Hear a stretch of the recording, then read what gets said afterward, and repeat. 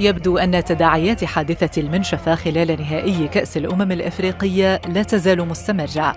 الكاف يفرض عقوبات على الجامعة الملكية المغربية لكرة القدم ولاعبين من المنتخب المغربي بسببها. العقوبات تشمل إيقاف اللاعب أشرف حكيمي لمباراتين ضمن منافسات الكاف، من بينها مباراة مع وقف التنفيذ لمدة سنة، وإيقاف اللاعب إسماعيل صباري ل3 مباريات وتغريمه 100,000 دولار بسبب ما اعتبره الاتحاد الإفريقي لكرة القدم سلوكاً غير رياضي.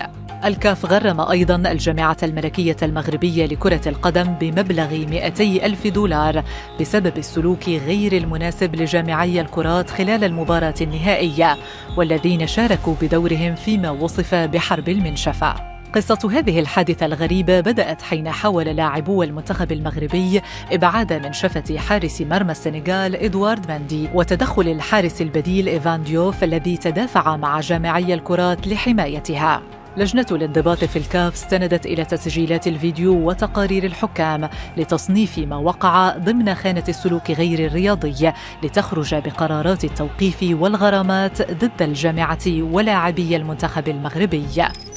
فما رأيكم في قرار الكاف؟